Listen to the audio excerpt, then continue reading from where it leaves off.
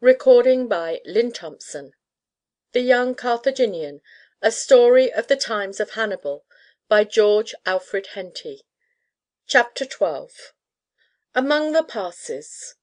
It was not until long after the guards to whom he was chained had fallen asleep that Malchus followed their example. It seemed to him he had been asleep a long time, when a pressure by a hand on his shoulder woke him. At the same moment another hand was placed over his mouth. "Hush, my lord," a voice said. It was Nessus. "Arise and let us go. There is no time to be lost, for it is nigh morning. I have been the whole night in discovering where you were." "But the guards, Nessus?" "I have killed them," Nessus said in a tone of indifference. "But I am chained to them by the ankles." Nessus gave a little exclamation of impatience, and then in the darkness felt the irons, to discover the nature of the fastenings. In a minute there was a sound of a dull crashing blow, then Nessus moved to the other side, and the sound was repeated. With 2 blows of his short heavy sword the Arab had cut off the feet of the dead Romans at the ankle, and the chains were free. "Put on the clothes of this man, my lord, and take his arms. I will take those of the other." As soon as this was done, Nessus wrapped some folds of cloth round each of the chains to prevent their clanking, then passing a band through the ends he fastened them to Malchus's waist. "Quick, my lord," he said as he finished the work, "daylight is beginning to break." They stepped over the dead sentry at the door of the tent, and were going on when Malchus said, "Best lift him inside, Nessus. It may be some little time before it is noticed that he is missing from his post." This was quickly done, and they then moved away quietly among the tents till they approached the rear of the camp. It was now light enough to enable them to see dimly the figures of the Roman sentries placed at short intervals round the camp. "We cannot get through unseen," Malchus said. "No, my lord," Nessus replied. "I have wasted too much time in finding you." "Then we had best lie down quietly here," Malchus said. "In a short time the men will be moving about, and we can thus pass through the sentries without remark." As the light spread over the sky, sounds of movement were heard in the camp, and soon figures were moving about, some beginning to make fires, others to attend to their horses. The 2 Carthaginians moved about among the tents as if similarly occupied, secure that their attire as Roman soldiers would prevent any observation being directed toward them. They were anxious to be off, for they feared that at any moment they might hear the alarm raised on the discovery that the sentry was missing. It was nearly broad daylight now, and when they saw 2 or 3 soldiers pass out between the sentries unquestioned, they started at once to follow them. The morning was very cold, and the soldiers who were about were all wearing their military cloaks. Malchus had pulled the irons as high up as he could possibly force them, and they did not show below his cloak. Walking carelessly along, they passed through the sentries, whose duties, now that morning had dawned, related only to discovering an enemy approaching the camp, the soldiers being now free to enter or leave as they pleased. "It is of no use to go far," Malchus said. "The nearer we hide to the camp the better. We are less likely to be looked for there than at a distance, and it is impossible for me to travel at any speed until I get rid of these heavy irons.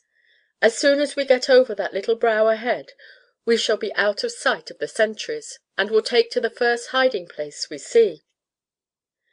The little rise was but a short distance from camp. The country beyond was open, but covered with low brushwood.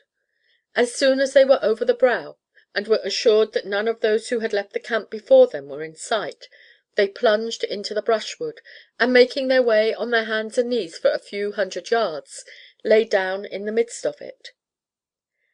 "They are not likely to search on this side of the camp," Malchus said. "They will not know at what hour I escaped, and will naturally suppose that I started at once to regain our camp. Listen, their trumpets are blowing. No doubt they are about to strike their camp and march. By this time my escape must be known. And now tell me, Nessus, how did you manage to follow and discover me?" "It was easy to follow you, my lord," Nessus said. "When I heard your order I lay still, but watched through the bushes your meeting with the Gauls.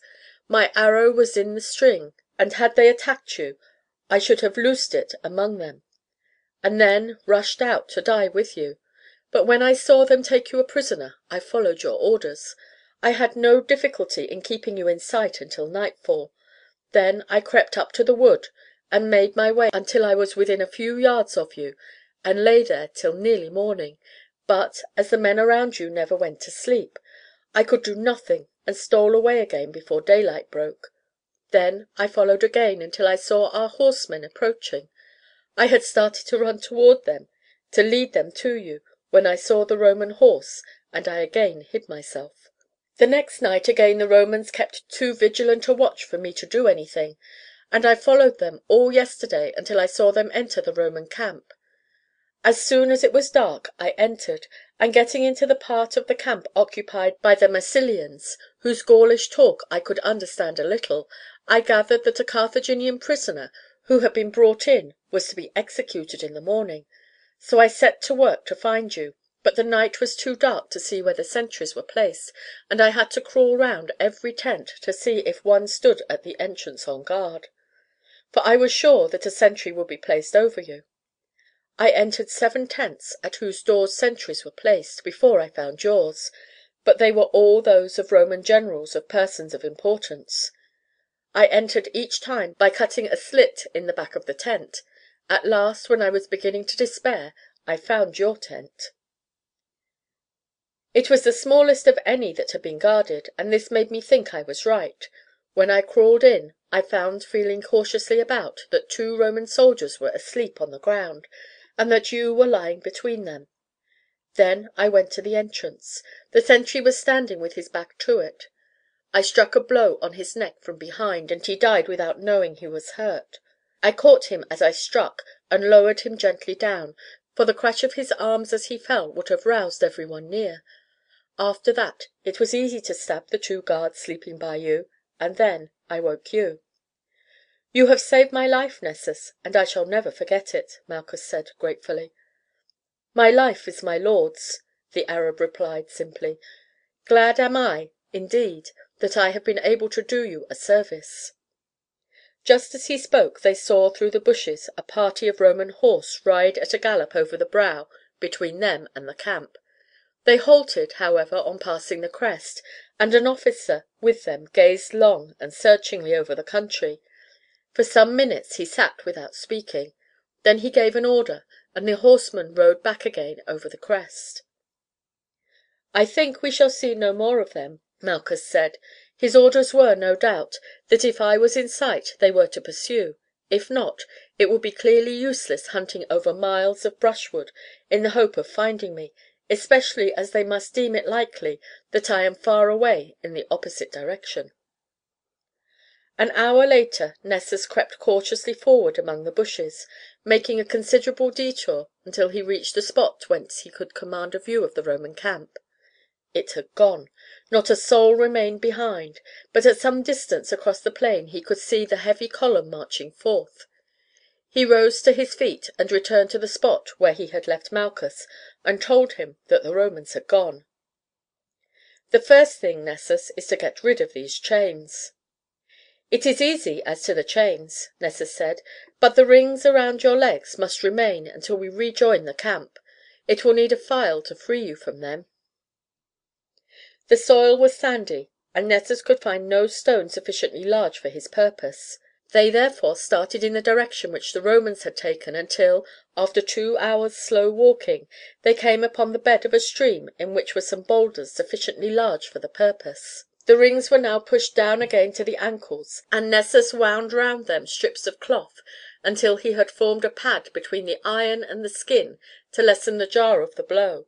Then he placed the link of the chain near to the leg upon the edge of the boulder, and, drawing his sharp heavy sword, struck with all his force upon the iron. A deep notch was made. Again and again he repeated the blow until the link was cut through.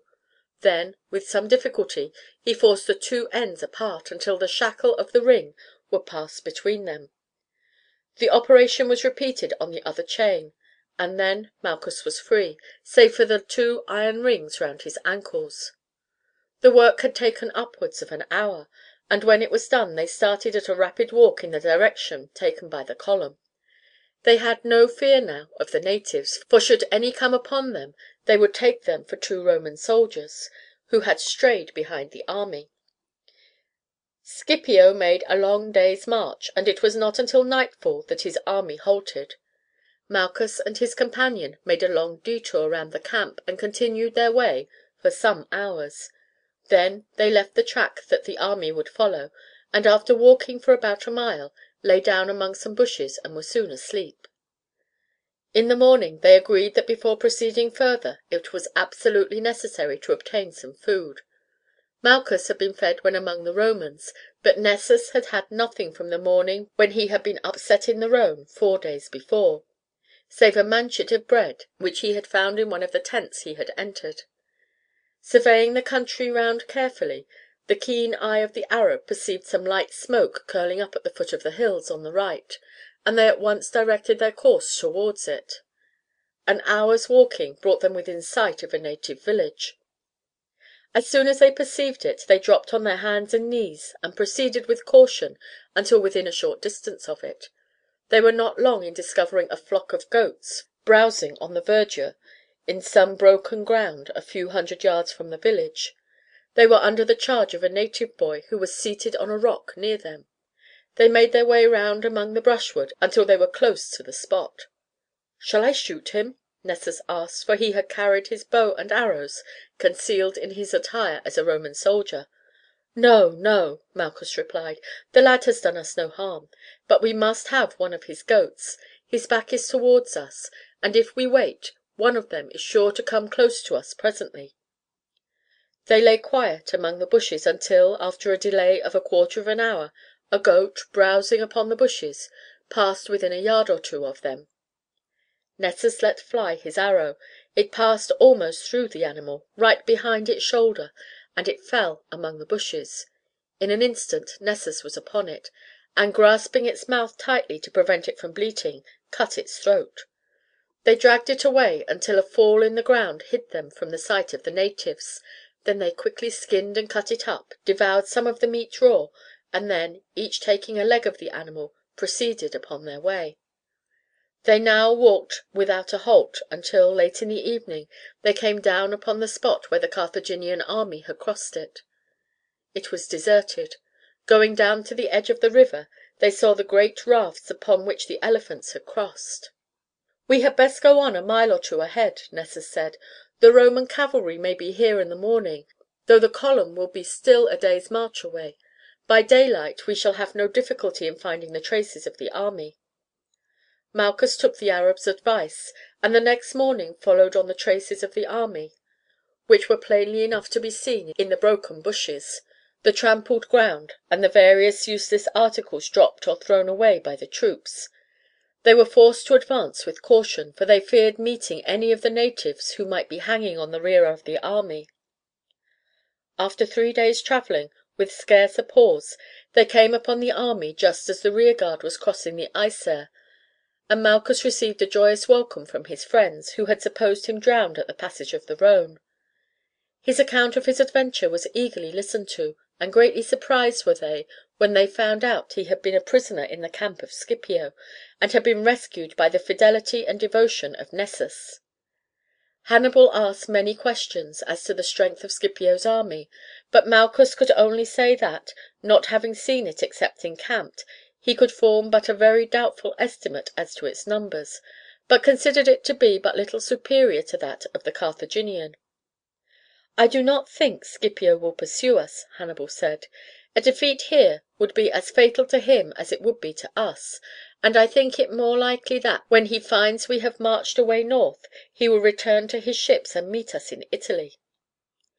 Malchus learned that everything had progressed favourably since the army had crossed the Rhone, the natives having offered no further opposition to their advance. A civil war was going on in the region the army had now entered, between 2 rival princes, brothers, of the Allobroges. Hannibal was requested to act as umpire in the quarrel, and decided in favour of the elder brother, and restored order. In return he received from the prince whom he reseated on the throne provisions, clothing, and other necessaries for the army, and the prince with his troops escorted the Carthaginians some distance up into the Alps, and prevented the tribes dwelling at the foot of the mountains from attacking them.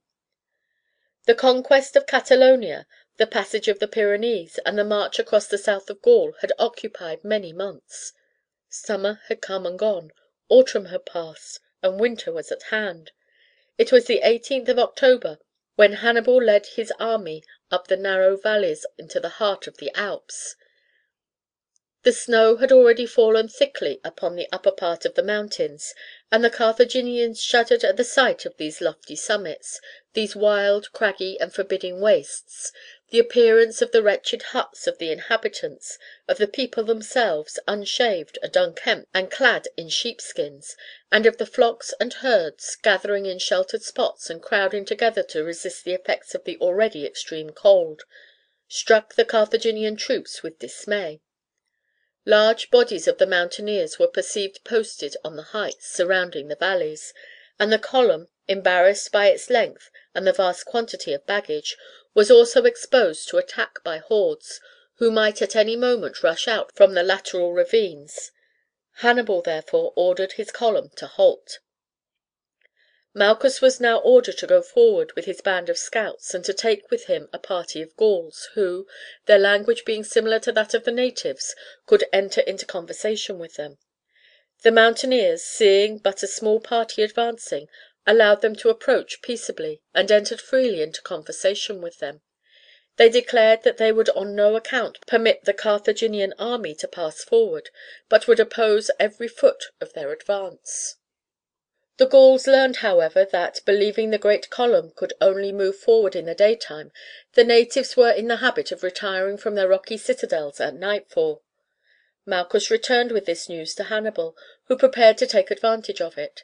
The camp was at once pitched, and the men set to work to form an entrenchment round it, as if Hannibal meditated a prolonged halt there. Great fires were lit and the animals unloaded. The natives, seeing from above everything that was being done, deserted their posts as usual at nightfall, confident that the Carthaginians had no intention of moving forward. Malchus with his scouts crept on along the path, and soon sent down word to Hannibal that the heights were deserted. The general himself now moved forward with all his light troops, occupied the head of the pass, and posted strong parties of men upon the heights commanding it. As soon as day broke the rest of the army got into motion and proceeded up the pass. The natives were now seen approaching in great numbers, but they halted in dismay on seeing that the Carthaginians had already gained possession of the strong places. The road by which the column was ascending wound along the face of the precipice, and was so narrow that it was with difficulty that the horses, snorting with fright, could be persuaded to proceed. The natives, seeing the confusion which the fright of the animals created in the column, at once took to the mountains, climbing up rugged precipices which appeared to the Carthaginians absolutely inaccessible, and presently made their appearance far up on the mountain side above the column. Here, sending up the most piercing yells, they began to roll rocks and stones down upon the column. The confusion below became terrible. The horses, alarmed by the strange wild cries, echoed and re-echoed a score of times among the mountains, and struck by the falling stones, plunged and struggled wildly to escape. Some tore along the path, precipitating those in front of them over the precipice. Others lost their footing, and dragging with them the carts to which they were attached, fell into the valley below. All order was lost. Incapable of defence or of movement, the column appeared to be on the verge of destruction. "Come, my men," Malchus exclaimed to his Arabs, "where these men can climb, we can follow them. The safety of the whole column is at stake." Slinging their weapons behind them, the scouts began to climb the crags. Sure-footed and hardy as they were, it was with the greatest difficulty that they could make their way up. Many lost their footing, and rolling down were dashed to pieces, but the great majority succeeded in climbing the heights, and at once became engaged in desperate battle with the natives. Every narrow ledge and crag was the scene of a conflict. The natives from the distant heights encouraged their companions with their shouts, and for a time the confusion in the column below was heightened by the combat which was proceeding far above them. Every stone dislodged by the feet of the combatants thundered down upon them, and the falling bodies of those hit by arrow or javelin came crushing down with a dull thud among the mass. At last the bravery and superior weapons of the Arabs prevailed.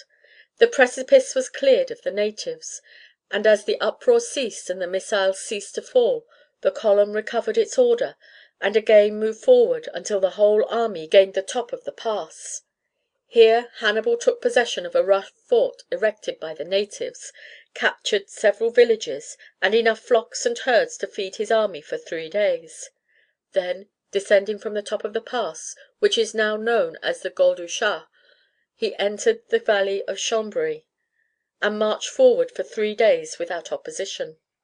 Malchus and his scouts received the warmest congratulations for their conduct at the pass, for they had undoubtedly saved the army from what at one time threatened to be a terrible disaster.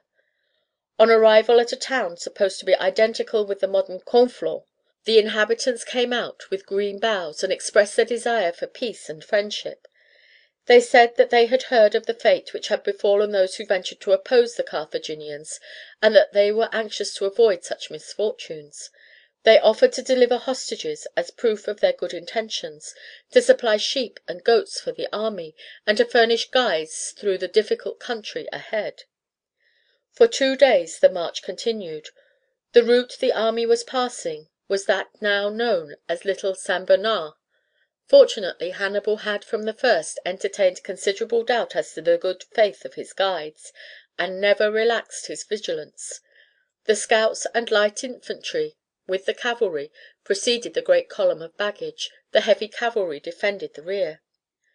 The track, which had for the last 5 days' march proceeded along a comparatively level alley, now mounted rapidly, and turning aside from the valley of the Isère, it led up the deep bed of the mountain torrent known as the Reclus.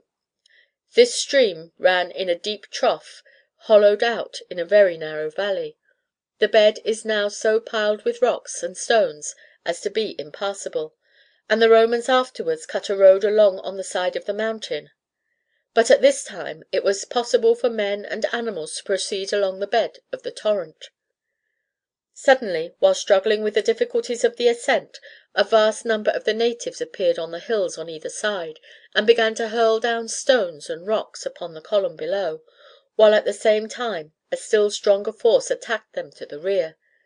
The instant the natives made their appearance, the treacherous guides, who were proceeding with the scouts at the head of the column, attempted to make their escape by climbing the mountainside. The Arabs were starting off in pursuit, but Malchus checked them. "Keep together," he shouted, "and on no account scatter. The enemy are upon us in force, and it behooves us all to be steady and deliberate in our action." A flight of arrows was, however, sent after the traitors, and most of them rolled lifeless down the slope again. Hannibal's first care was to extricate his cavalry from the gorge. This was performed with great difficulty, and they were drawn up in good order on the narrow piece of level ground between the gorge in which the river ran and the mountains bordering the side of the pass. The light troops now ascended the hills on both sides, and speedily became engaged with the enemy. The confusion of the bed of the torrent was tremendous. Great numbers of men and animals were killed by the rocks and missiles from above, but more of the soldiers were trampled to death by the frightened horses. The heavy infantry in the rear remained steady, and repulsed every effort of the main body of the enemy to break in upon the column. As night fell the combat ceased, but Hannibal and the troops in advance of the column passed the night under arms at the foot of a certain white rock standing above the ravine, and which still marks the exact site of the conflict. The natives had suffered heavily both from their conflict with the light troops upon the hillside, and from the repulse of their assaults upon the rear guard, and in the morning they did not venture to renew the attack, and the column moved forward out of the ravine and continued its march, the natives from time to time dashing down to attack it. The elephants were placed on the flank of the line of march, and the appearance of these strange beasts so terrified the enemy that they desisted from their attack, and by evening the army encamped on the summit of the pass.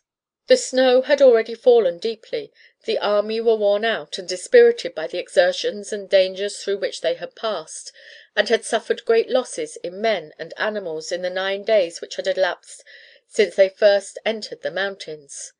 Hannibal gave them 2 days' rest, in which time they were joined by many stragglers who had fallen behind, and by beasts of burden which, in the terror and confusion of the attack, had got rid of their loads and had escaped, but whose instinct led them to follow the line of march. At the end of the 2nd day Hannibal assembled his troops and addressed them in a stirring speech. He told them that the worst part of their journey was now over. He pointed to them the plains of Italy, of which a view could be obtained through a pass ahead, and told them that there they would find rest and friends, wealth and glory.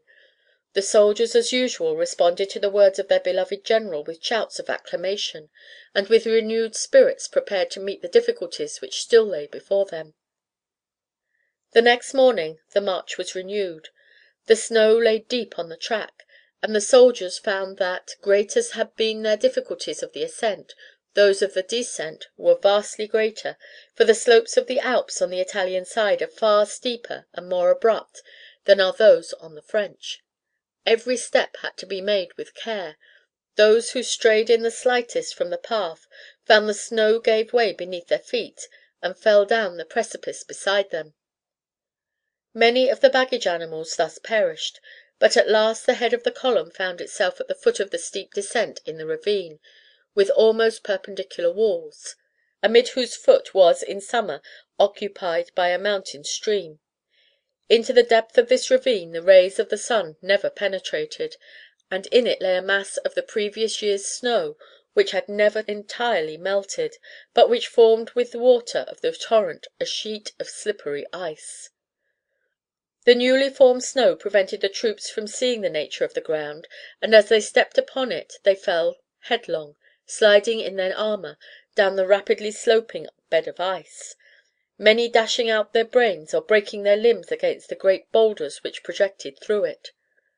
The cavalry next attempted the passage, but with even less success, for the hoofs of the horses broke through the hard upper crust of the old snow, and the animals sank in to their bellies.